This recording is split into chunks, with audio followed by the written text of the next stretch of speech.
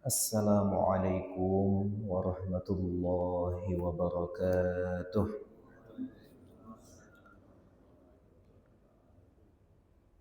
Alhamdulillahi dzil tawli wal in'am wal 'izzati allati la turam wal jiwari alladhi la yudam. Assalatu wassalamu ala sayyidil anam sayyidina Muhammadinil khatam wa ala alihi وصحبه الكرام وجميع أمته الخاص والعام وبعد أعوذ بالله من الشيطان الرجيم بسم الله الرحمن الرحيم الحمد لله رب العالمين اللهم صل وسلم على سيدنا محمد اللهم ذكرنا مما نسينا وعلمنا ما ينفعنا وزدنا علما وصلى الله على سيدنا محمد والحمد لله رب العالمين. Ma'asyiral hadirin, para alim ulama, para sesepuh, tokoh masyarakat, tokoh adat dan jamaah Masjid Baitul Hikmah yang dimuliakan oleh Allah Subhanahu wa taala. Alhamdulillah, sebagai ungkapan syukur kita kepada Allah Subhanahu wa taala, bersalawat kita kepada baginda Rasulullah sallallahu alaihi wasallam. Allahumma shalli wa sallim ala sayyidina Muhammad wa ala alihi wa sahbihi ajma'in. Ma'asyiral hadirin yang dimuliakan oleh Allah Subhanahu wa taala. Pada pekan yang lalu kita sudah membaca awal kisah penciptaan manusia yang kemudian diiringi dengan Allah berikan kemuliaan-kemuliaan kepada manusia yang diciptakan tersebut. Kemuliaan pertama adalah Allah berikan ilmu pengetahuan yang langsung diajarkan oleh Allah Subhanahu wa taala, dan memang pada hakikatnya hanya Allah lah pemilik ilmu pengetahuan. Kemudian melalui ilmu pengetahuan itu Allah berikan takriman yang kedua, kemuliaan yang kedua, di mana malaikat diperintahkan untuk sujud menghormat, sujud dan tahiyyah kepada Nabi Adam alaihis salam. Di antara malaikat itu ada satu entitas yang tidak mau sujud kepada Nabi Adam karena merasa lebih baik. Itulah yang disebut sebagai iblis. Maka iblis terusir dari surga. Tidak diperkenankan lagi berada di surga. Dalam menurut riwayat ulama, pengusiran yang pertama ini dia hanya dikeluarkan dari surga saja, tapi masih bisa berada di wilayah langit. Ini mayoritas ulama mengatakan begitu. Makanya nanti masih bisa masuk menggoda Nabi Adam alaihissalam. Maka pada ayat ke-36 dan seterusnya Allah menjelaskan bagaimana iblis dan keturunannya dan kabilah-kabilahnya hadir sebagai penggoda, hadir sebagai entitas yang selalu berupaya menyesatkan manusia. Maka Allah Subhanahu wa taala berfirman, a'udzubillahi minasyaitonir rajim, fa'azallahumasy syaitanu 'anha فأخرجهما مما كانا فيه وقلنا اهبطوا بعضكم لبعض عدو ولكم في الأرض مستقر ومتاع إلى حين. Ayat ini dimulai dengan ungkapan fa'azallahuma. Fa maknanya maka. Maka setelah itu, tetapi peristiwa yang terjadi diisyaratkan dengan huruf fa ini berarti sesuatu yang cepat terjadinya. Ada satu lagi thumma. Kalau thumma itu prosesnya lama. Ya.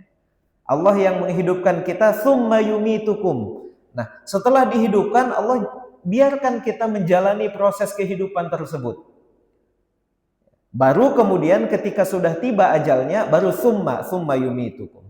Tapi ketika digunakan fa, maka maknanya tidak lama, prosesnya tidak lama, maka hadir godaan-godaan tersebut.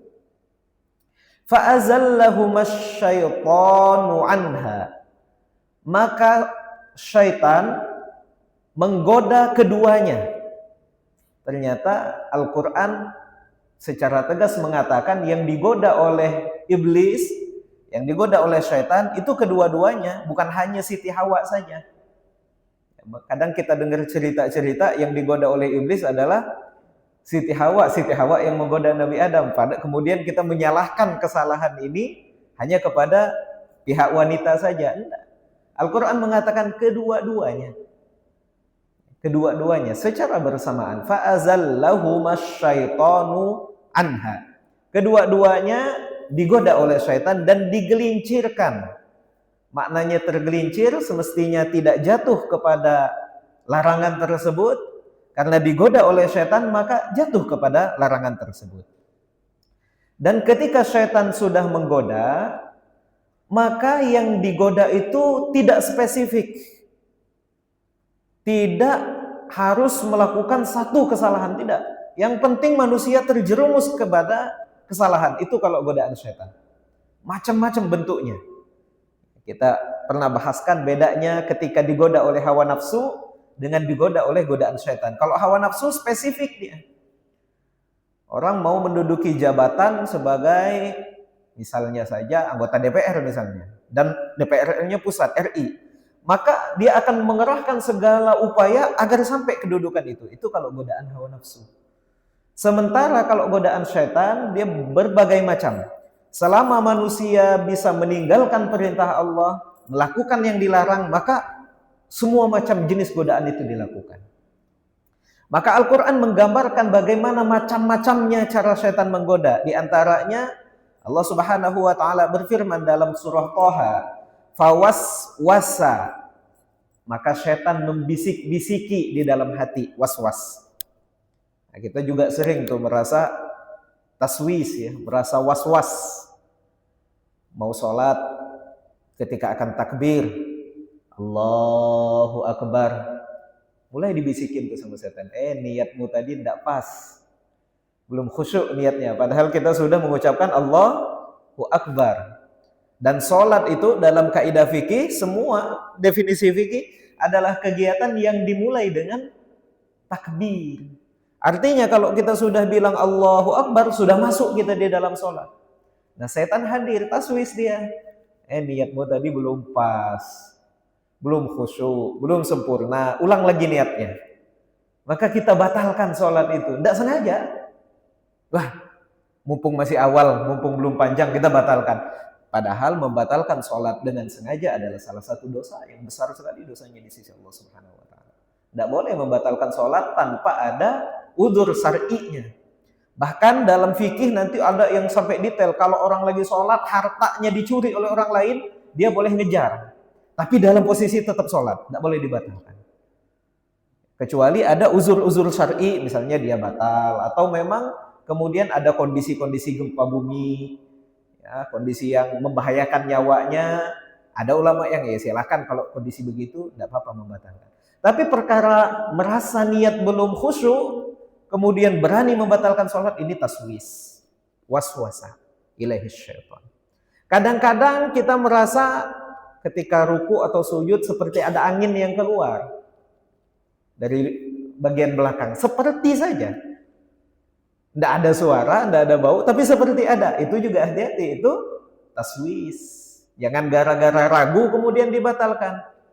Maka ulama mengatakan kalau kondisinya begitu, jangan batalkan sholat hatta yasma'a sautan, sampai terdengar suara, au yajidu rihan, atau ada baunya, baru bisa yakin. Kalau enggak, itu taswis saja.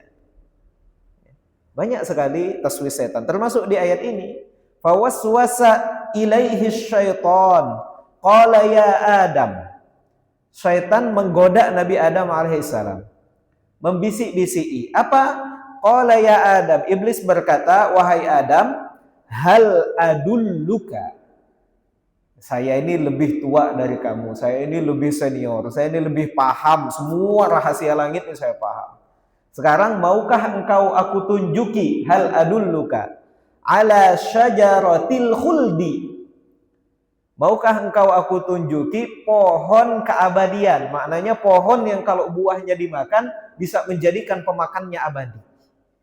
Maka kita kenal pohon yang dimakan oleh Nabi Adam, ya mayoritas menyebutnya, bukan mayoritas ya, sebagian besar yang tidak tahu menyebutnya sebagai pohon khuldi. Padahal syajaratul khuldi ini tidak pernah diucapkan oleh Allah, tidak pernah diucapkan oleh malaikat. Para ulama juga bukan mengatakannya pohon khuldi, tapi setan menggoda Nabi Adam dengan menyebutnya ini adalah pohon keabadian, syajaratul khuldi.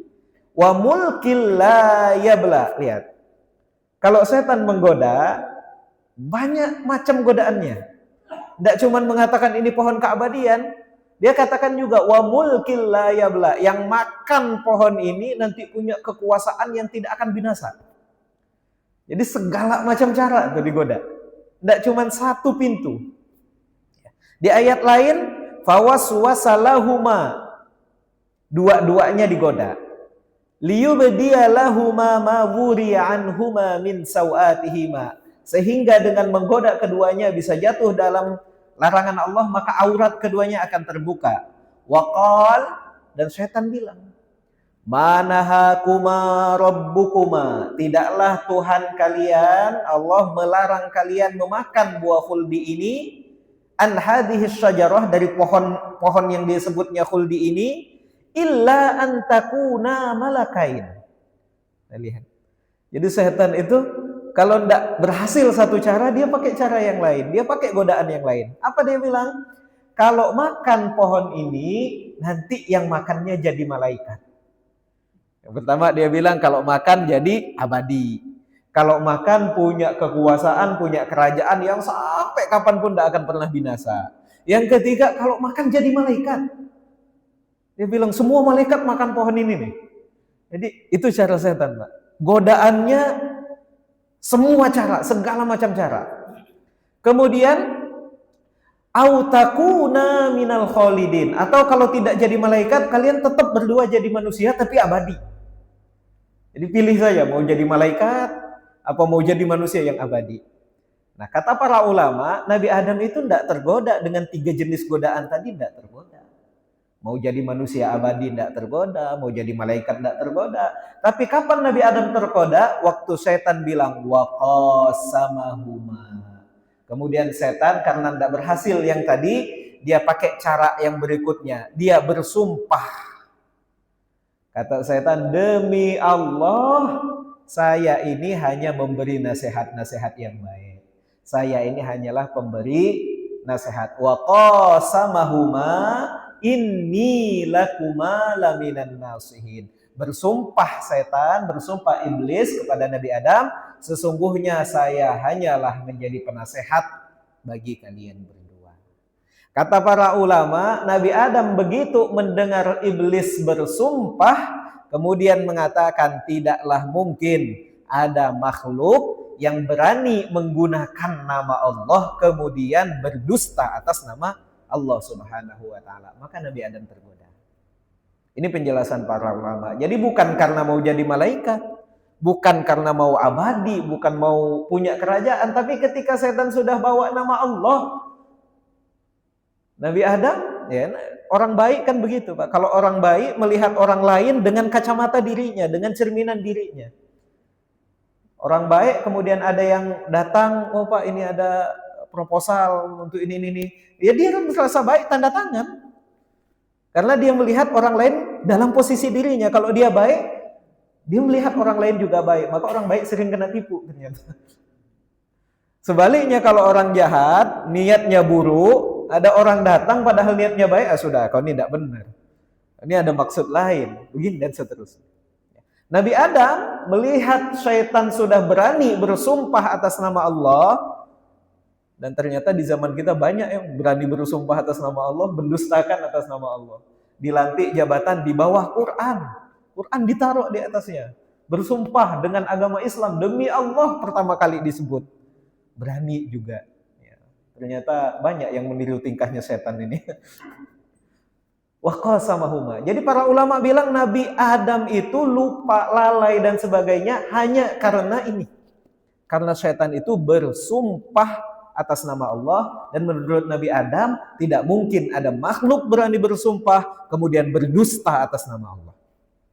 Maka kemudian Nabi Adam lalai, Nabi Adam lupa, termakan oleh Nabi Adam. Fa'akala minha fabadat lauhuma sawatuhuma wa tafiqa yakhsifani alaihima min warakil jannah wa asa Adamu rabbahu faghawa.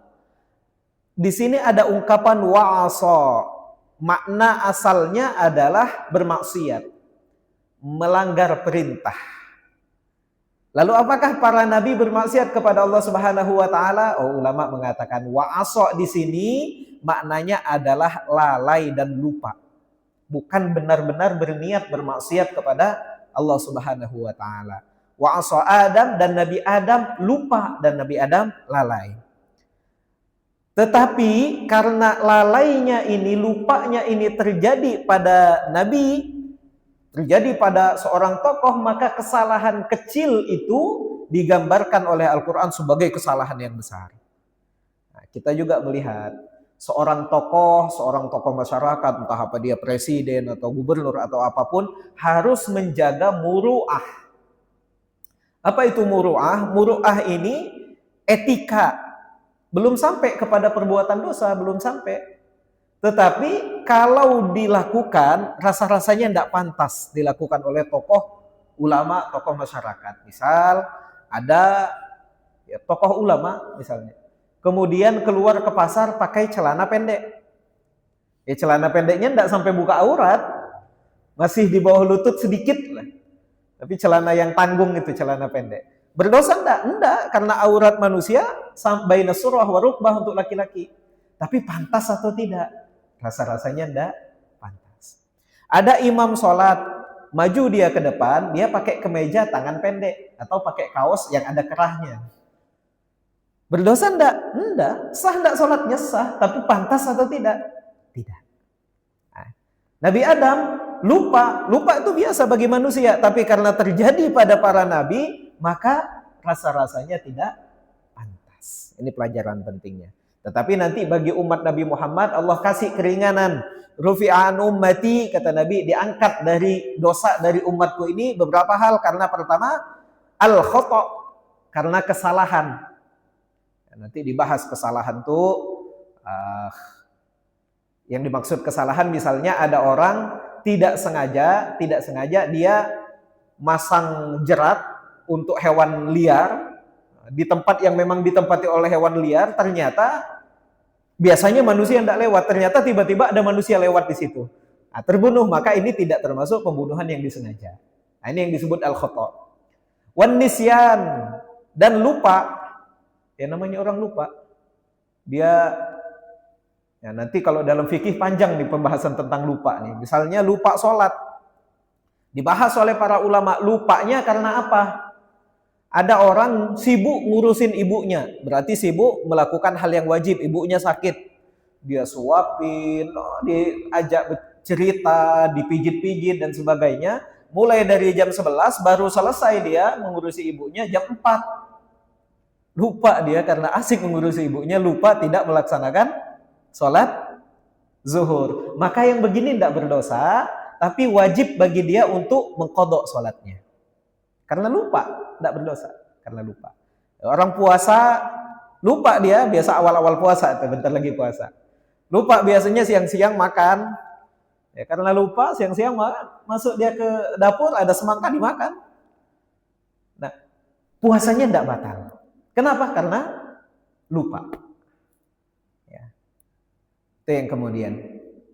Kemudian ya dalam fikih lagi nanti ada orang lupa sholat karena melakukan hal-hal yang sunnah. Apa perkara sunnah? Misalnya ya, ada apa yang sunnah? Ada orang apa? Ya misal ada orang minta bantuan kita antar ke rumah sakit.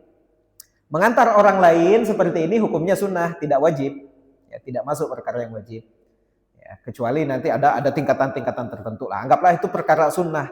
Karena mengantar orang, misalnya dia supir ambulan, dia mengantar orang, lupa. Betul-betul lupa. Maka yang begini pun dia wajib mengqadha sholatnya, tidak berdosa. Tetapi dua hal ini wajib mengqadha sholatnya tidak fauron, tidak tidak begitu ingat langsung diqadha, enggak, kapan saja. Karena lupa karena melakukan hal yang wajib dan hal yang sunnah. Sementara kalau lupa karena melakukan hal yang mubah, apa hal yang mubah? Misal saja hal yang mubah makan. Makan tuh hal yang mubah. Tapi dia makannya kemudian makan di restoran lah atau di mana. Habis makan ngobrol. Ngobrol ya hal yang mubah. Boleh-boleh aja ngobrolin bisnis dan lain-lain. Sampai lupa dia sholatnya, maka begitu ingat langsung diqadha sholatnya. Beda dengan melakukan yang wajib, yang sunnah. Atau lupa karena melakukan hal yang makruh. Nah, ini bisa jadi berdosa kalau yang begini. Ya, sebagian besar ulama mengatakan main catur itu makruh. Ada yang sampai mengharamkan. Ulama kita mengatakan makruh. Tapi kalau ada orang main catur sampai lupa sholat, nah dosa dia. Dan karena dia berdosa, begitu ingat wajib langsung mengqadha sholatnya saat itu juga, saat dia ingat. Apalagi karena kalau lupa sholat karena melakukan hal yang haram, tambah dosanya berlipat-lipat lagi. Kemudian wa mastakrahu ilaihi wa mastukrihu ilaihi, dan yang dipaksa. Jadi tidak dihitung sebagai dosa dari umatnya Nabi Muhammad kalau melalaikan sesuatu karena dipaksa. Ada orang minum khamr tapi karena dipaksa, maka ini tidak berdosa. Tapi kemudian ada batasan-batasan paksaan. Kapan paksaan itu dianggap? Ya, sebuah paksaan baru bisa dianggap kalau yang memaksa itu lebih kuat daripada yang dipaksa. Satu. Ada orang, dia karate dan hitam, sabuk hitam, ya, dipaksa sama anak umur 12 tahun. Minum khamr, kalau tidak minum khamr saya bunuh kamu. Padahal dia yang memaksa tidak lebih hebat dari dirinya, maka ini tidak dihitung sebagai paksaan. Yang kedua, yang memaksa itu mengancam sesuatu yang bisa merusak daruriyatil khams. Ada orang mengancam minum khamr, kalau tidak minum kamu saya bunuh. Ada orang mengancam minum khamr, kalau tidak minum khamr anak kamu saya tembak. Dan teman saya sudah siap itu untuk nembak misalnya. Dia tidak mengancam nyawanya, tapi mengancam keluarganya. Kamu minum khamr, kalau tidak minum khamr rumahmu tak bakar. Ini juga. Kamu minum khamr, kalau tidak minum khamr tangan kelingkingmu tak potong. Tidak membunuh nyawa, tapi merusak fungsi tubuh, juga termasuk dalam paksaan. Itu yang kedua. Yang ketiga, yang memaksa bisa mewujudkan paksaannya. Yang memaksa bisa mewujudkan paksaannya. Maksudnya, yang memaksa itu betul-betul akan melakukan apa yang dia paksakan. Beda kalau orang sama temannya bercanda, temannya lebih hebat, temannya lebih tinggi misalnya, sabuk hitamnya lebih tinggi. Kemudian memaksa kepada temannya, minum khamr, kalau enggak tak tinju kamu. Tapi kedua-duanya tahu kalau ini hanya main-main saja, bukan betul-betul berniat mewujudkan paksaan, maka tidak dimaksud. Ini penjelasan singkat dari hadis Nabi, ya, bahwa umat Islam itu dimuliakan, salah satunya adalah tidak dihitung sebagai dosa kalau melakukan sesuatu kesalahan, al-khata'. Ya, khata' yang tadi maksudnya khata' itu bukan sengaja melakukan kesalahan. Kemudian yang kedua an-nisyan, karena lupa, dan juga yang dipaksa. Beda dengan Nabi Adam. Nabi Adam dianggap melakukan kelalaian ketika Nabi Adam alaihissalam lupa terhadap larangan Allah Subhanahu wa taala itu. Karena Nabi Adam sudah melanggar perintah Allah, fa akhrajahuma mimma kana fi. Maka Nabi Adam diusir, dikeluarkan oleh Allah Subhanahu wa taala dari surga tersebut. Ya. Nabi Adam meninggalkan kenikmatan yang telah dicicipi oleh Allah Subhanahu wa taala sehingga menjadi menyesal. Al-Qur'an menggambarkan penyesalan itu, faqulna ya Adam inna hadza aduwwun laka wa li zawjika fala yukhrijannakuma minal jannah. Ternyata jauh sebelum setan itu menggoda, Allah sudah ngasih tahu. Iblis ini aduwwul laka, musuhmu. Karena itu jangan sampai musuhmu ini mengeluarkan kalian berdua dari surga. Fatashqa. Dan kalau itu terjadi maka kalian akan menyesal. Maka Allah berfirman, wa qulna bitu ba'dukum li ba'din adu. Karena itu turunlah kalian semua ke bumi. Siapa saja yang disuruh turun? Nabi Adam dan Siti Hawa serta keturunan yang sudah Allah letakkan dalam tulang sulbinya Nabi Adam, suruh turun satu pihak. Dan iblis dan keturunannya juga suruh turun. Wa qulna bitu ba'dukum li ba'din adu. Maka satu golongan menjadi musuh bagi golongan yang lain. Ulama mengatakan satu golongan ini manusia dan golongan kebaikan melawan musuh menjadi syaitan dan golongan keburukan. Ada juga yang mengatakan manusia disuruh turun ke muka bumi, nanti anak keturunannya ba'dukum li ba'din adu. Sebagian anak keturunan Nabi Adam akan menjadi musuh bagi sebagian keturunan Nabi Adam yang lain. Dan kita lihat sekarang, ya semua ini kan manusia kita semuanya. Yang Amerika, yang Israel, yang mana itu kan anak keturunan Nabi Adam juga sebenarnya. Tapi ternyata ba'dukum li ba'din adu. Sebagian menjadi musuh bagi sebagian yang lain. Ini yang pertama. Dan peringatan tentang adanya musuh ini sesuatu yang penting. Al-Quran menegaskan sebagian manusia menjadi musuh sebagian yang lain, atau manusia menjadi musuh bagi iblis dan keturunannya. Ini menjadi penting karena dengan adanya musuh, dengan adanya pihak yang ditakuti, maka kita bisa menjadi waspada. Kalau kita lihat lagi, berbagai penemuan-penemuan besar itu justru terjadi ketika terjadinya perang-perang besar. Perkembangan teknologi, misalnya penemuan inti atom, itu terjadi ketika terjadi perang dunia pertama dan perang dunia kedua. Dikembangkan nanti di perang dunia kedua. Penemuan inti atom yang kemudian dikembangkan nanti jadi roket, jadi nuklir dan sebagainya.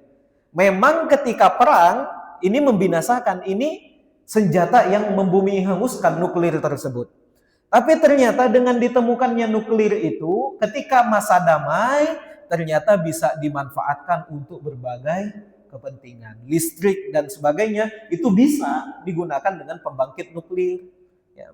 Butuh modalnya lebih sedikit, tetapi dengan energi yang sedikit itu bisa menghidupi berbagai kota dan sebagainya. Penemuan-penemuan besar justru terjadi karena terjadinya peperangan, karena adanya musuh.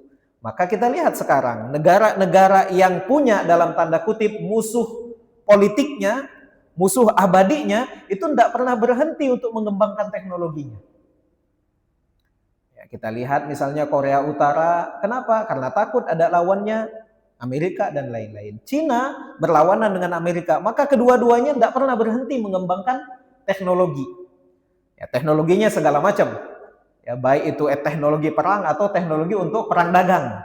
Misalnya perang dagang, kita lihat Amerika dengan Starbucks-nya, ya, menguasai dunia dan segala macamnya. Modal utamanya adalah mendapatkan biji-biji kopi terbaik. Riset terus-terusan. Maka di mana negara manapun ada Starbucks. Di Indonesia banyak Starbucks, banyak juga yang beli. Cina hadir sebagai lawannya. Cina sadar bahwa mau melawan Starbucks dengan mencari biji kopi pilihan tidak mungkin. Karena mereka sudah menguasainya, Amerika sudah menguasainya. Maka dia pilih jalan yang lain, dia buat coconut latte. Lagi rame-ramenya di Cina buat pabrik kopi, kopinya dari kelapa. Dari santan. Kelapanya dari mana? Dari Indonesia. Ya, maka dia mau ngelawan Starbucks-nya Cina bukan dengan buat biji kopi pilihan lain, dia buat kopi dari kelapa yang harganya lebih murah, sumbernya lebih banyak, lebih mudah dibuat dan juga lebih cocok dengan lidahnya orang-orang Asia, orang-orang Timur yang suka lebih gurih dan sebagainya. Kenapa ini terjadi? Karena mereka punya musuh. Walaupun tidak perang, tapi mereka sadar bahwa musuh ini akan selalu mengancam. Ya. Maka negara-negara yang dalam tanda kutip tidak memiliki musuh ya kadang-kadang stagnan dia. Ya. Kenapa Cina bisa maju? Karena ada yang ditakuti. Kenapa Amerika tidak pernah berhenti berkembang? Karena ada yang ditakuti. Dia takut dengan Rusia, dia takut dengan Cina, dia takut dengan Korea Utara. Begitu sebaiknya. Ya, kalau kemudian kita tidak ada takut-takutnya, Indonesia kadang bingung siapa yang kita takuti. Kadang-kadang dengan Tuhan saja kita tidak takut. Sudah disumpah atas nama Allah, masih saja. Dengan Tuhan aja tidak takut. Ya. Maka ketika negara itu tidak punya ketakutan terhadap negara yang lainnya, dia tidak memikirkan bagaimana mengembangkan militernya, tidak memikirkan bagaimana mengembangkan pertahanannya. Dan Allah ingatkan kita, ba'dukum li ba'din adu. Kita punya musuh, namanya syaitan, namanya iblis dan keturunannya. Yang digambarkan dalam Al-Quran, innahu yarakum huwa wa qabiluhu min haitsu la tarawnahum. Musuh kita ini mengkhawatirkan karena dia bisa melihat kita dari tempat di mana kita tidak bisa melihat. Itu yang pertama. Sudah tidak kelihatan, datangnya godaan dari mana? Datang dari kanan, datang dari kiri, datang dari depan, datang dari belakang. Nah, dalam riwayat setan itu hanya menangis ketika manusia itu bersujud kepada Allah Subhanahu wa Ta'ala. Ya, karena dia tidak bisa mengganggu manusia yang sujud kepada Allah. Maka menghadapi musuh yang begini, selalu kita meminta perlindungan kepada zat la yudrikuhul absar wa huwa yudrikul absar. Zat yang setan tidak bisa melihatnya dan zat tersebut bisa melihat setan. Jadi setan tidak bisa kita lihat, tapi Allah melihat setan. Dan setan bisa melihat kita, tapi setan tidak bisa melihat Allah Subhanahu wa Ta'ala. Maka berlindung kita kepada Allah. Selalu kita ucapkan a'udzubillahi minasyaitonir rajim. Dan sudah kita bahas di awal-awal dulu, yang namanya perlindungan hanya bisa diminta dari satu orang atau zat yang lebih tinggi daripada kita. Kita bisa minta perlindungan dikejar begal misalnya, kita bisa minta perlindungan kepada polisi. Kenapa? Karena dia punya persenjataan, dia punya perlengkapan yang lebih banyak daripada kita. Tidak mungkin kita dikejar begal minta perlindungan sama anak-anak kecil di pinggir jalan. Tidak bisa melindungi. Ya, maka meminta perlindungan kepada Allah karena Allah lebih agung, lebih tinggi daripada kita, dan Allah bisa membantu kita karena setan tidak bisa melihat Allah. Ba'dukum li ba'din aduwwu walakum fil ardi mustaqarru wa mata'un ilahin. Dan Allah katakan di bumi itu ada tempat tinggal, tempat hidup sementara.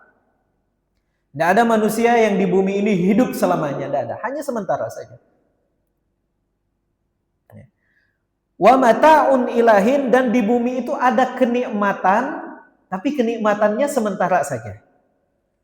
Ilahin sampai masanya tiba, sampai ajalnya, maka manusia akan meninggalkan semua kenikmatan yang dia miliki. Orang numpuk harta banyak-banyak, tapi kalau sudah ajalnya, harta itu ditinggalkan. Kadang-kadang jadi rebutan dari ahli warisnya dan sebagainya.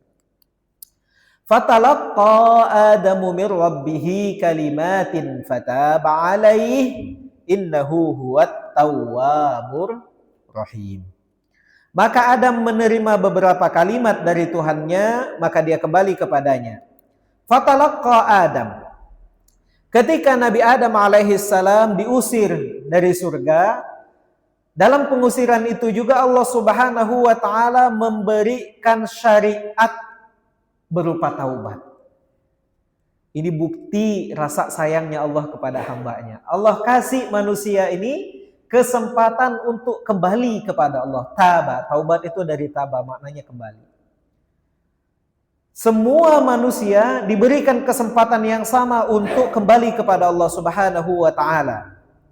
Maka bahkan Allah Subhanahu wa Ta'ala menjelaskan dalam Al-Quran, suatu ketika Sayyidina Abu Bakar, ini orang yang kaya. Sayyidina Abu Bakar itu kaya raya, banyak sekali hartanya. Suka membantu saudara-saudaranya yang kekurangan.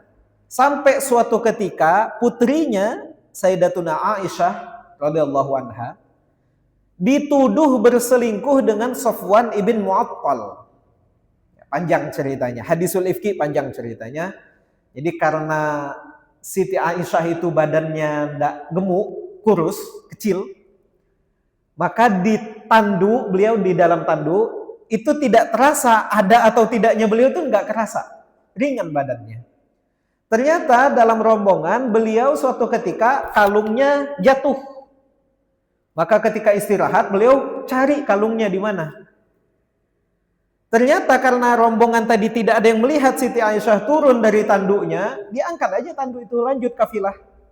Siti Aisyah ketinggalan. Nah, di belakang memang Allah kasih Rasul utus satu orang di belakang untuk menyisir kalau ada yang ketinggalan. Sahabat itu namanya Sofwan ibn Mu'attal. Ternyata di tengah jalan beliau melihat Siti Aisyah. Maka saat itu juga beliau naikkan Siti Aisyah ke atas unta, beliau turun nuntun untanya. Nggak ada ngobrolnya sama sekali. Takut, dia dibawa dituntun. Nah, melihat kejadian ini ketika Sofwan ibn Mu'attal sampai Madinah, ada orang munafik namanya Abdullah bin Ubay bin Salul menyebar-nyebar fitnah bahwa Siti Aisyah sengaja terlambat karena beliau selingkuh dengan Sofwan ibn Mu'attal, dituduh selingkuh dengan sahabat. Peristiwa ini menyebar. Ya, dari mulut ke mulut, di antara yang menyebarkan adalah orang-orang saudara-saudaranya Khalifah Abu Bakar yang tiap bulan dibantu dikasih uang. Sudah manusia, Pak. Sudah dibantu, dikasih uang terus. Begitu yang ngebantu ada masalah, bukannya membersihkan nama Sayyidatuna Aisyah, ikut menyebarkan. Lama peristiwanya, hampir sampai 1 bulan. Rasul nggak teguran itu sama Sayyidatuna Aisyah. Bukan nggak teguran, didiamkan oleh Rasul sampai ada keputusan dari Allah Subhanahu wa taala. Ya. Khalifah Abu Bakar juga bingung, yang satu anaknya, yang satu sahabatnya, Rasulullah lagi. Nggak bisa membela satu pihak. Ya. Nanti yang menghibur Siti Aisyah adalah ibunya, nanti istrinya Abu Bakar. Ya. Singkat cerita, sampai Abu Bakar berjanji setelah dibebaskan nama Siti Aisyah, turun ayat yang membebaskan nama beliau, mensucikan nama beliau, maka Sayyidina Abu Bakar mengatakan, saya tidak akan pernah lagi membantu saudara-saudara yang sudah merusak nama Sayyidatuna Aisyah radhiyallahu anha. Apa yang terjadi? Allah tegur, wala ya'tali ulul fadli minkum wassa'ah.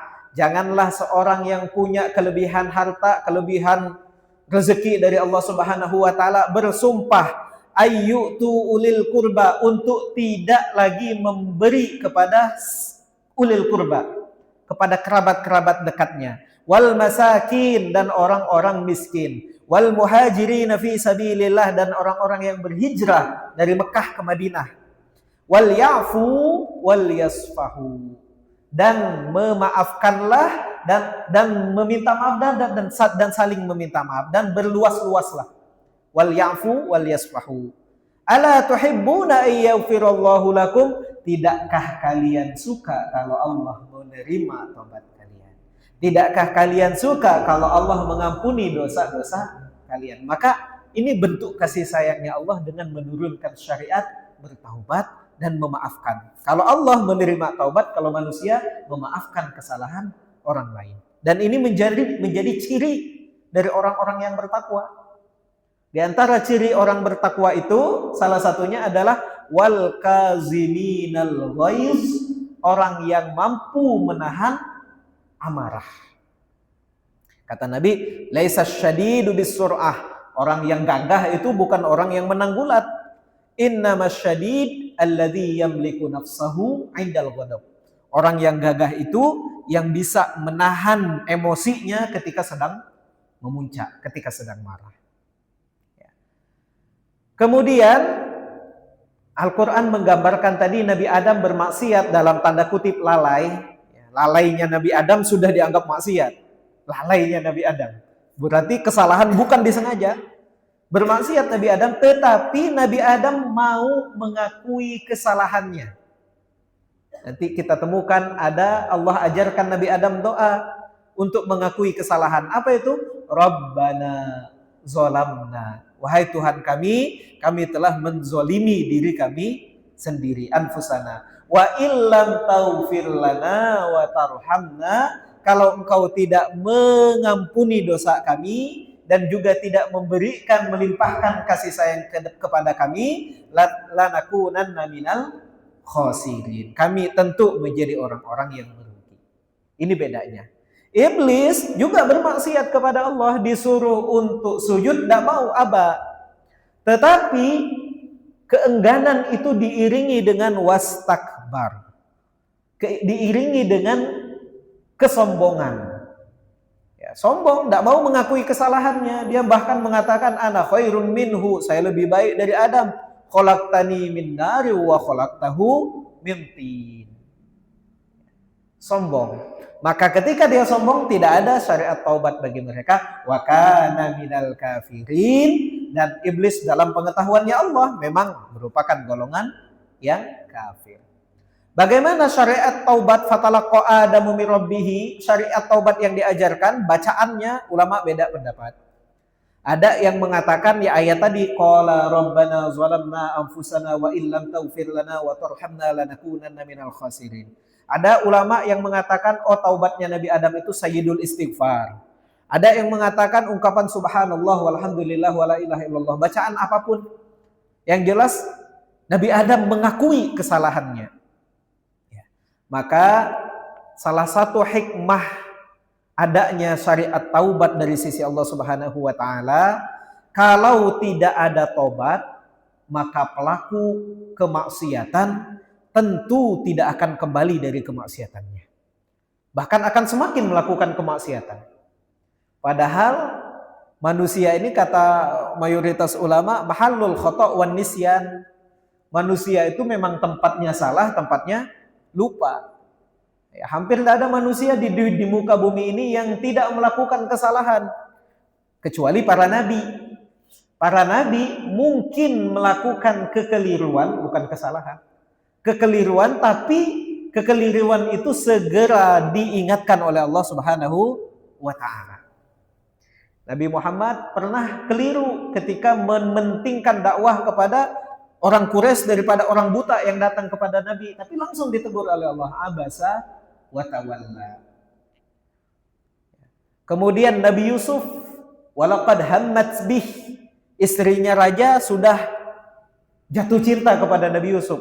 Wa hamma biha laula ara'a burhan rabbih. Nabi Yusuf kalau tidak diingatkan oleh Allah tentu akan jatuh juga kepada perasaan yang sama. Tapi karena diingatkan oleh Allah tidak jadi. Nabi Musa pernah melakukan kesalahan, mukul orang nggak sengaja, sekali pukul mati, nggak sengaja, tapi langsung bertaubat kepada Allah, mengatakan ini adalah perbuatan syaitan, dan beliau meminta ampunan kepada Allah. Jadi para nabi mungkin melakukan kekeliruan, tapi langsung ditegur, langsung diingatkan oleh Allah. Kalau manusia, tidak ada manusia yang tidak melakukan kesalahan, maka di situ ada syariat taubat. Sehingga orang yang melakukan kemaksiatan masih punya kesempatan yang sama untuk bertobat kepada Allah Subhanahu wa taala. Ya, ada ungkapan mutiara, rubba ma'siyatin aw rasat dhillan wan kisaran. Bisa jadi sebuah kemaksiatan yang melahirkan penyesalan diri, dhillan wan kisaron, rasa hina dan penyesalan diri, khairun min ta'atin aw rasat izzan wastikbaron. Kadang-kadang perbuatan salah yang melahirkan rasa bersalah, rasa hina dan rasa penyesalan ini kadang-kadang lebih baik dari perbuatan taat yang melahirkan rasa mulia, rasa bangga dan rasa sombong di dalam diri. Ini kata para ulama. Innahu huwat tawwabur rahim, sesungguhnya Allah Maha penerima taubat. Bahkan Allah mengatakan tawwab. Tawwab itu menerima taubat berkali-kali, bukan hanya sekali. Ya, orang melakukan kemaksiatan berkali-kali, tetapi selama ia bertaubat dan taubatnya belum sampai nafasnya di kerongkongan, maka Allah masih menerima, masih membuka pintu taubat. Ada satu kisah. Ketika Sayyidina Umar menjadi khalifah, ternyata ada seorang pencuri yang ketangkep. Ya, pencuri ini masih muda, masih muda. Ya, dan ancaman hukumannya adalah potong tangan. Ibunya datang, ibunya pemuda ini datang nangis-nangis berteriak, "Ya Khalifah Umar, anak saya ini mencuri. Tapi dia baru sekali ini mencuri ya Khalifah Umar, dia juga mencuri karena kelaparan dan lain-lain." Dia bilang begitu. Kemudian Khalifah Umar menjawab, Allah itu maha sayang kepada hambanya min ayyakhudahu min awwali marrah. Allah maha sayang kepada hambanya sehingga yang baru melakukan kemaksiatan sekali, baru mencuri sekali, biasanya tidak akan ketangkep. Salah satu bentuk sayangnya Allah kepada manusia, baru melakukan kesalahan sekali, baru ngebegal sekali, ngerampok sekali, biasanya tidak akan ketangkep. Tapi kalau sudah ketangkap, kata Sayyidina Umar, berarti pemuda ini sudah mencuri sebelum-sebelumnya, tapi nggak ketangkep. Baru yang ini mencuri, tapi ketahuan. Nah, itu salah satu bentuk tawwabnya Allah. Orang maksiat tidak langsung biasanya dibiarkan dulu. Baru nanti kalau sudah berulang kali dilakukan, maka ketangkep, ketahuan. Ya. Allah maha penerima taubat dan Allah juga maha menghapus kesalahan hamba-hambanya sehingga tidak mengungkit-ungkit kesalahan hambanya. Ada orang sudah memaafkan tapi selalu diungkit-ungkit. Entah dimaafkan atau enggak. Tapi kalau Allah enggak.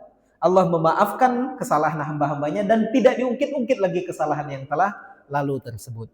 Demikian kurang lebih 2 ayat yang menjelaskan bagaimana Nabi Adam alaihissalam tergelincir karena godaan setan, kemudian Allah perintahkan untuk turun ke bumi, tetapi dosa Nabi Adam itu sudah diampuni oleh Allah Subhanahu wa taala melalui syariat taubat. Ini juga membantah klaim sebagian agama lain mengatakan Nabi Adam turun ke bumi masih bawa dosa warisan.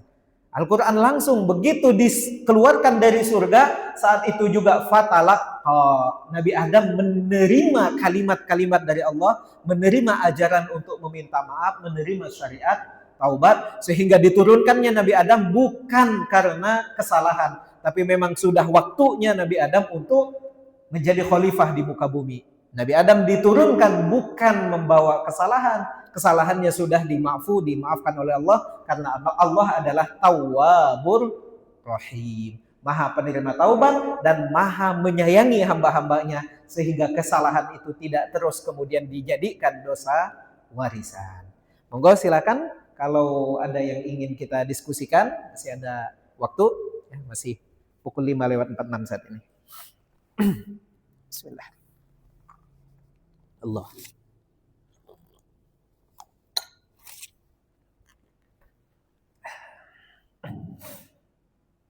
Assalamualaikum warahmatullahi wabarakatuh. Waalaikumsalam warahmatullahi wabarakatuh.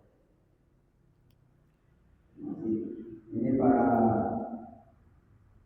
ulama mengatakan bahwa kita harus bersolat sebaiknya, dan insyaallah nanti kita akan bersama Rasulullah SAW dan akan duduk bersama beliau itu adalah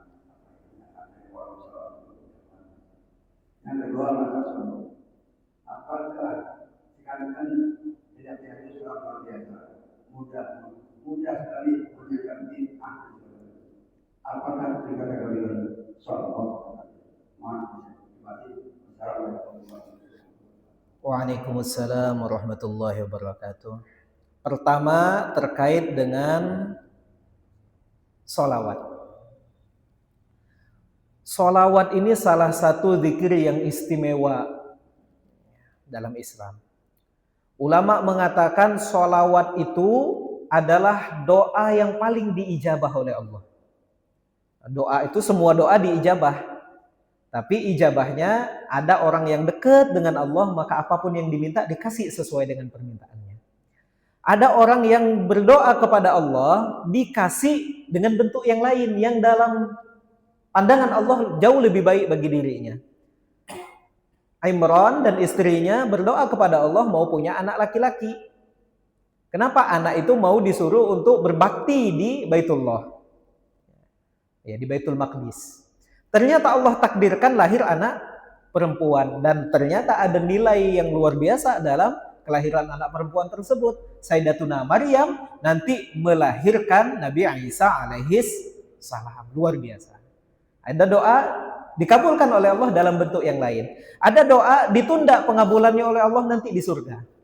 Ya, mungkin kalau doa kita belum makbul, kadang doa terus tapi tidak diijabah, bukan tidak diijabah, nanti ditunda. Ya, kalau mau diijabah, tingkatkan kesolehan, doa orang-orang solih lebih cepat diijabah. Tapi ada ada hacknya, ada kalau nyebutnya itu, ada kuncinya ternyata kata para ulama. Kuncinya adalah sholawat itu adalah doa yang paling diijabah oleh Allah Subhanahu wa Ta'ala. Bahkan ulama mengatakan, tidak mandang siapa yang bersolawat. Orang yang bermaksiat sekalipun, pelaku maksiat, ketika dia bersolawat, solawatnya diterima oleh Allah Subhanahu wa Ta'ala. Solawatnya diijabah oleh Allah Subhanahu wa Ta'ala. Ini solawat. Dan sesuai dengan hadis Nabi, man sholla, siapa saja. Tidak mandang tuh, kalau sudah disebut man, siapa saja. Man sholla alayya, siapa saja, tentu yang beriman. Karena kalau orang tidak beriman, maka amalannya sia-sia. Siapa yang saja yang masih punya iman di dalam hatinya, kemudian bersolawat kepada Nabi Muhammad sallallahu alaihi wasallam, sholla alayya sholatan, satu kali solawat, sallallahu alaihi asyra, Allah balas solawatnya 10 kali. Artinya sangat-sangat diijabah oleh Allah Subhanahu wa Ta'ala, sangat-sangat mustajab. Maka ulama ngasih kita hack, ngasih kita kunci, ngasih kita ya biar doa itu mudah diijabah, selalu dimulai dengan sholawat, diakhiri dengan sholawat. Maka dalam rumusan doa kita ulama mengajarkan ya auzubillahi minasyaitonirrajim, bismillahirrahmanirrahim, karena semua perbuatan tidak dimulai dengan bismillah maka ajdar, tidak terpotong barokahnya. Setelah bismillah, alhamdulillahi rabbil alamin, sebagaimana Allah membuka surah Al-Fatihah. Memuji Allah Subhanahu wa Ta'ala diiringi dengan sholawat. Paling singkat, Allahumma sholli wa sallim ala Muhammad atau ala Sayyidina Muhammad. Tidak usah diperdebatkan mau pakai Sayyidina mau tidak pakai, ada dalilnya semua. Yang pakai ya silakan, yang tidak pakai silakan. Allahumma sholli wa sallim ala Sayyidina Muhammad, baru kita minta doa di bawahnya. Tapi ingat, doa kita yang banyak jangan lupa ditutup dengan Rabbana atina fid dunya hasanah wa fil akhirati hasanah. Ya, artinya kita tawakal. Doa Rabbana atina fid dunya hasanah itu tawakal. Ya, kita meminta kebaikan, tidak lagi dispesifikkan kebaikan yang mana. Kalau doa yang sebelumnya kan, ya Allah kami minta rezeki yang banyak, ya Allah kami minta berangkatkan haji dan umroh, ya Allah kami minta ini, tapi di akhir, ya Allah kami minta yang baik. Nah, baiknya gimana? Baik di matamu ya Allah. Jangan-jangan baik di mata Allah itu mintanya anak laki-laki, hadirnya anak perempuan. Jangan-jangan mintanya anak perempuan, lahirnya anak laki-laki. Jangan-jangan mintanya keturunan, ternyata tidak dikasih keturunan karena kita disuruh untuk mengurusi anak yatim, diadopsi dan sebagainya. Rabbana atina fid dunya hasanah, itu tawakal kita. Sudah minta banyak kepada Allah, yang akhir ya sudah kita minta yang baik-baik saja. Di dunia baik, wa fil akhirati hasanah, di akhirat baik, wa qina ada benar. Setelahnya ditutup lagi wa sallallahu ala sayyidina Muhammad. Kata para ulama, kalau doa dimulai dari yang diijabah, sholawat di awal, ditutup dengan yang diijabah, maka tengah-tengahnya insya Allah juga akan diijabah oleh Allah Subhanahu wa Ta'ala. Jadi ini terkait sholawat, dan sholawat itu menjadi benteng.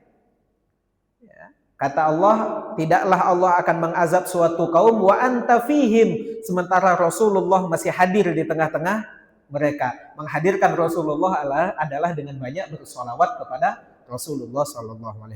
Ini yang pertama. Kemudian teman-teman yang suka membid'ahkan orang lain, tentu kita tidak berharap mereka melakukan itu karena kesombongan. Semoga saja melakukan perbuatan-perbuatan tersebut hanya karena ketidaktahuan. Itu yang pertama.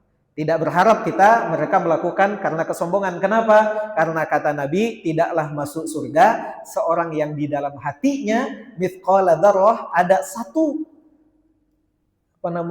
sebutir atom, sebutir biji sawi dari kesombongan. Ya, apa kesombongan itu? Batarul haq wa ghamtun nas. Yang pertama, ghamtun nas, menganggap remeh orang lain. Yang kedua, menolak kebaikan, menolak kebenaran. Nah, semoga saja berharap kita kepada Allah, teman-teman yang mungkin suka menganggap membid'ahkan orang lain, melakukannya karena pengetahuannya baru sampai situ. Ya, bukan karena menganggap orang lain itu remeh-temeh, orang lain tidak punya ilmu. Kalau ini bahaya. Ya, ini bisa jadi istikbar tadi, menjadi kibir. Itu yang pertama. Wa batarul haq. Dan kita juga tidak boleh menolak kebenaran. Apa yang disampaikan mungkin saja ada benarnya. Bahwa hal itu misalnya tidak dilakukan oleh Rasulullah, mungkin saja benar. Ya. Tetapi dalam kaidah fikih kita bukan hanya yang dilakukan oleh Rasul, tapi yang dilakukan oleh sahabat, yang dilakukan oleh sahabat disetujui oleh Nabi, yang diinginkan oleh Nabi, ini semua masuk dalam perkara sunnah. Di sunnah kita lebih luas. Sunnah kita itu lebih luas. Bahkan kita jadikan Rasul itu uswah. Sepanjang hidupnya Nabi adalah uswah, pelajaran. Bukan hanya ketika sudah jadi Nabi saja. Nabi waktu kecil berdagang, itu juga uswah. Bagaimana dagangnya Nabi. Maka kalau ada orang yang dagang, itu berarti sedang menghidupkan sunnah. Selama tidak melakukan perkara-perkara riba. Ada orang mengembala, ini juga sunnah. Karena Nabi pernah mengembala kambingnya, pamannya Abu Thalib radhiyallahu anhu. Jadi sepanjang hidup Nabi itu semua sunnah. Maka sunnah kita lebih luas.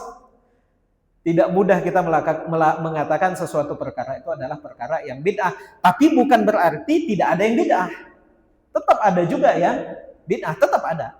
Jadi kita juga tidak boleh anti terhadap perkataan bid'ah. Karena memang ada perbuatan-perbuatan yang bid'ah. Perbuatan-perbuatan yang bid'ah. Di antaranya perbuatan bid'ah yang dilakukan oleh kaum Khawarij. Menganggap perbuatan tahkim itu sudah kafir. Sehingga mereka membunuh Sayyidina Ali. Berencana membunuh Sayyidina Muawiyah bin Abi Sufyan, berencana membunuh Amr bin As. Jadi orang-orang yang terlibat dalam perang Jamal mau dibunuh semua. Padahal orang-orang ini masih sholat dan sebagainya. Nah, ini bid'ah namanya. Ya, paham-paham baru dalam agama yang menyatakan kalau tidak sama persis dengan Al-Quran, maka itu kafir. Nah, itu bid'ah. Kalau tidak persis potong tangan, maka itu kafir. Nah, ini bid'ah. Artinya kita tidak boleh juga anti terhadap perkataan bid'ah tersebut karena memang agama Islam punya konsep tentang bid'ah. Tapi tidak mudah kita menjatuhkan bid'ah karena bahaya. Kalau kita sudah menjatuhkan bid'ah ini perkaranya nanti ke masalah iman. Tidak boleh mudah-mudah sekali kita mengatakan suatu perkara itu bid'ah. Jangan-jangan dalil yang kita baca berbeda. Jangan-jangan kitab yang kita rujuk berbeda, ulama yang kita dengarkan berbeda cara pemahamannya. Dan ulama berbeda pendapat itu sudah dari dulu. Itu namanya ikhtilafu tanawwu. Beda, tapi karena bedanya beda pendapat. Bukan beda yang adon, bukan beda yang bertentangan. Yang satu bilang kalau subuh ada kunutnya. Kenapa? Karena Rasul dan sahabat pernah kunut. Jangankan yang dilakukan sebulan oleh sahabat, oleh Rasul, dilakukan sekali atau bahkan baru diinginkan oleh Nabi, itu sudah sunnah. Ada yang mengatakan, oh sunnahnya Nabi kunut itu hanya sebulan. Yang banyaknya Nabi tidak kunut. Maka mereka tidak kunut karena mengamalkan sunnah. Sama-sama sunnah.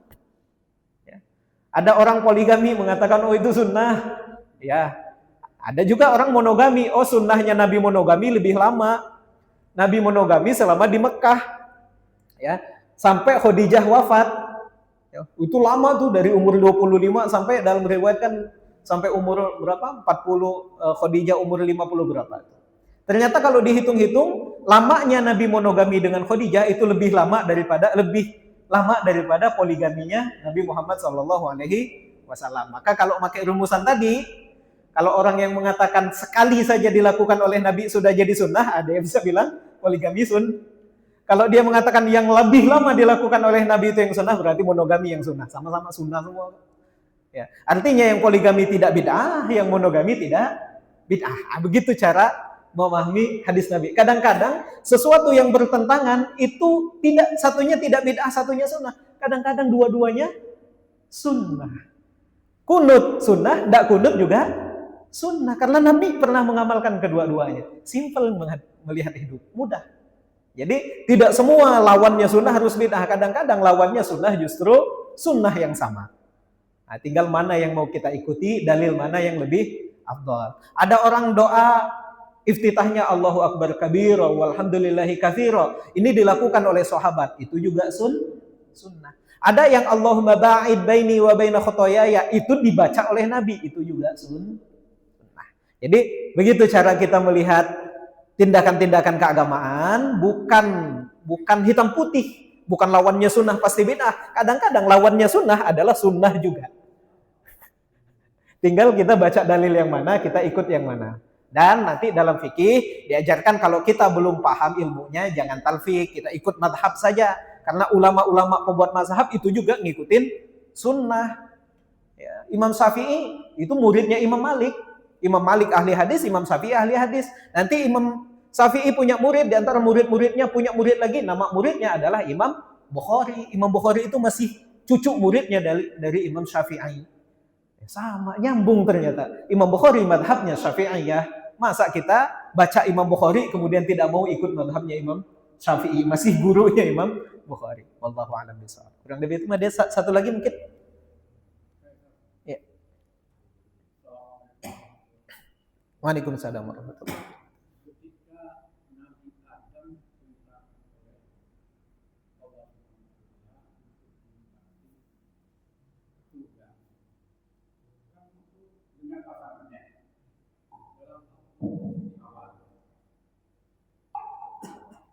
Nabi Adam itu diciptakan di dunia.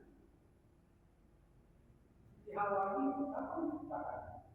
Kalau saya ingin tahu, apakah pada saat Nabi Adam diciptakan juga diciptakan di awal?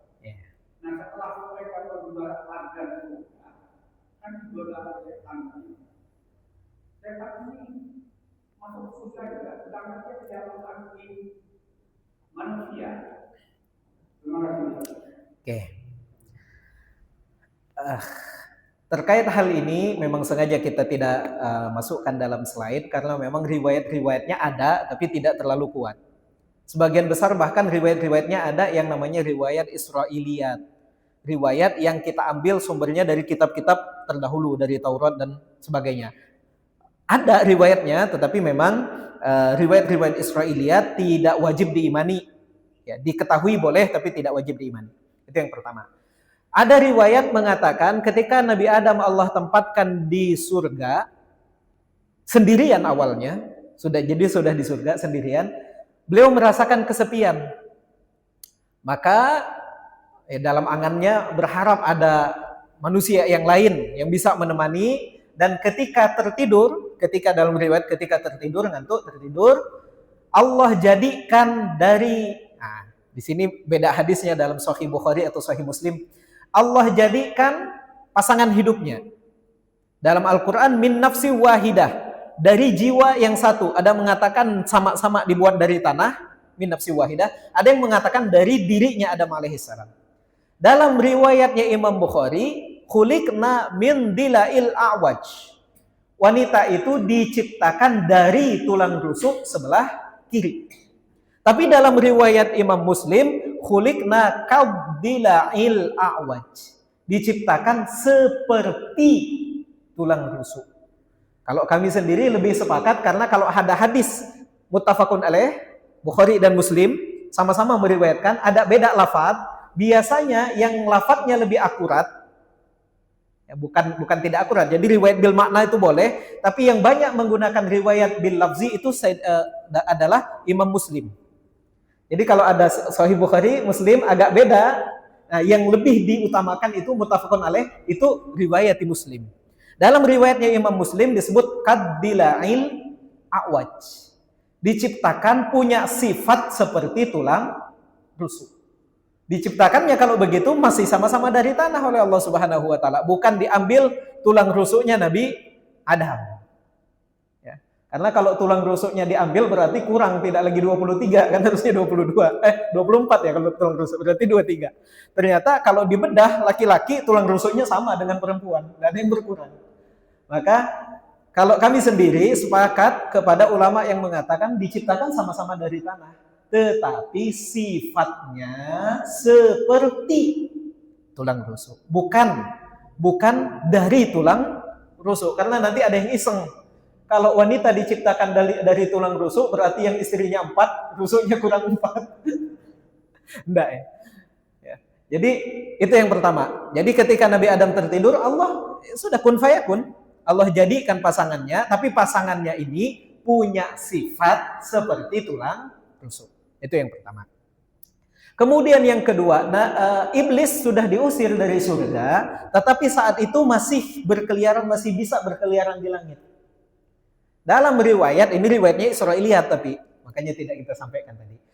Iblis itu ada mengatakan berubah bentuknya menjadi bentuk ular sehingga bisa masuk ke dalam surga. Ada mengatakan tidak berubah bentuk, tapi dia masuk ke dalam mulutnya ular. Ada ular mau masuk ke surga, masuk ke dalam mulutnya ular. Kemudian masuk ke dalam surga tersebut. Tapi Al-Quran tidak pernah menjelaskan detail tersebut. Detailnya ada di kisah-kisah Israiliyat. Kisah Israiliyat itu memang di kitab terdahulu biasanya detail. Maka di kitab terdahulu disebut memang, di kitab Taurat memang yang menggoda manusia itu adalah ular atau iblis. Ular itu penjelmaan daripada iblis tersebut. Itu dalam kitab-kitab terdahulu. Ya, kalau kita mau sekedar tahu silahkan, tapi untuk meyakini begitu enggak. Tidak boleh untuk diyakini begitu. La tusaddiqu ahlal kitab wa la tukadzibuhum. Jangan diyakini, jangan juga didustakan. Ya sudah, informasi belaka saja. Nah, maka setan masih bisa masuk ke surga dengan cara tersebut.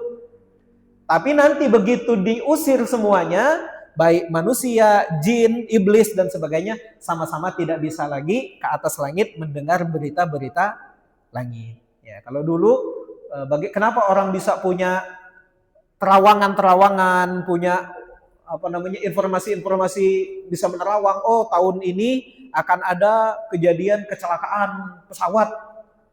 Nah, begitu. Tapi dia tidak pernah bisa tahu bagaimana pesawatnya, dia hanya menyebut oh warnanya, ada putihnya, ada ininya dan sebagainya. Nah, itu iblis, jin naik ke langit mendengar, mencuri-curi dengar perkataan-perkataan malaikat tentang apa yang sudah digariskan di Lauhul Mahfuz. Nah, tapi hanya mencuri dengar saja. Tidak bisa seperti dulu masuk ke surga, seperti iblis masuk ke surga. Jadi kurang lebih begitu. Yang pertama, Siti Hawa diciptakan ketika di surga. Sumber penciptaannya kalau saya sepakat sama-sama dari tanah, dari saripati tanah, tapi sifatnya seperti tulang rusuk yang bengkok.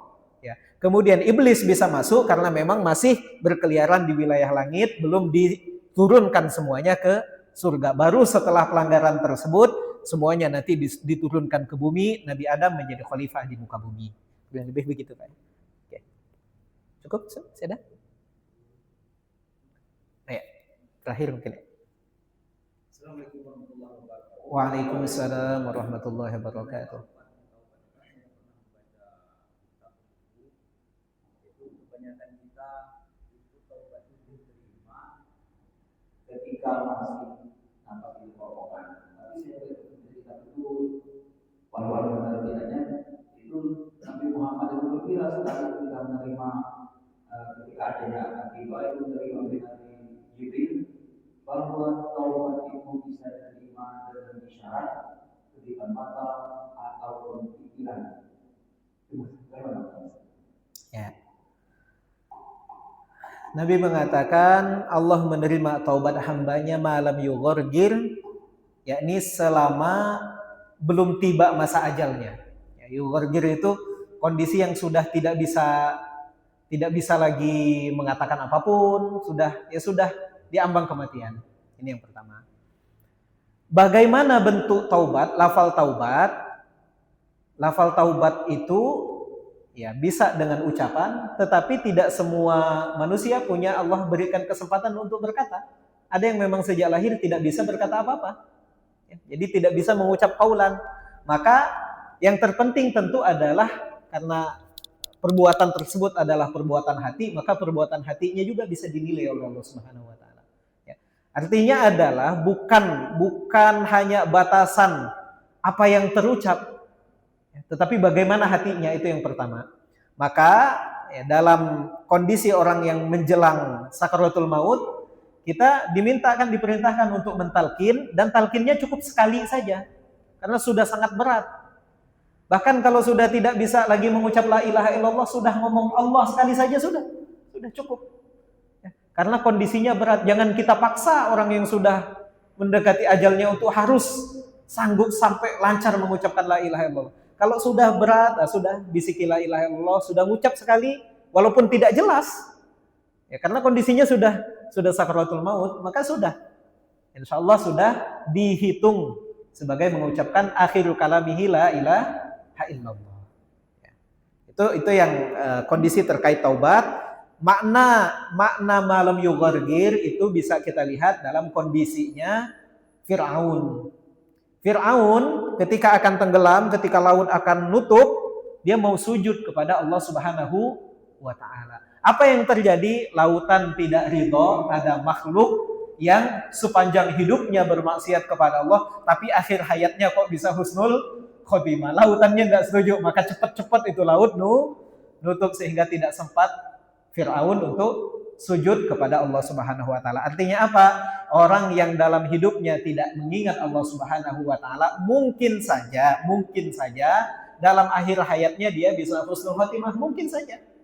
Bukankah kita baca hadis ada seorang pezina yang kemudian dia ngasih minum anjing, kemudian dia masuk surga? Ya tentu karena setelah dia sudah bertaubat. Ketika dia ngasih minum itu sudah bertobat dan sebagainya. Artinya ketika orang tidak mengingat Allah Subhanahu wa taala, maka alam pun akan melakukan hal yang sama sebagaimana alam melakukan hal yang sama kepada Fir'aun.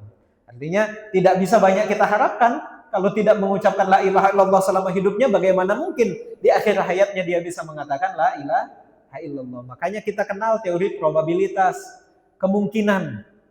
Ya, dadu itu misalnya kalau ada 6 butirnya dilempar 6 kali, maka kemungkinan muncul angka 1 itu ya 1/6. Ya, tapi kalau angka 1-nya ada 5, 2-nya hanya 1, berarti kemungkinannya 5/6.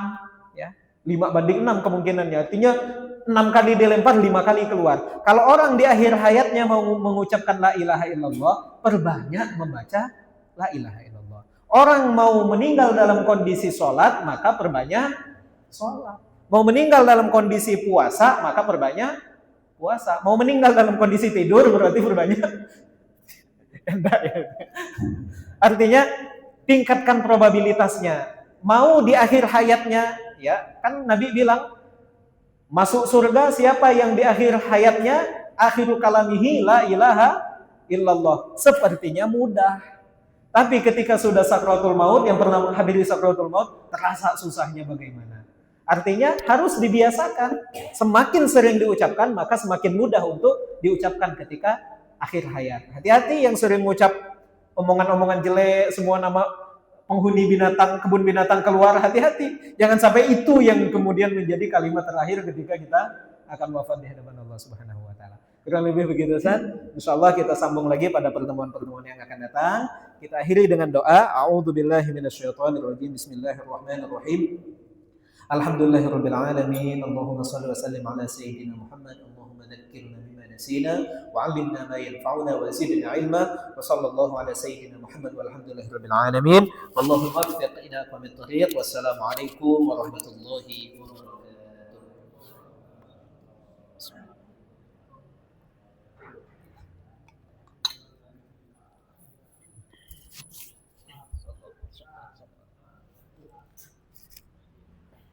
Sip.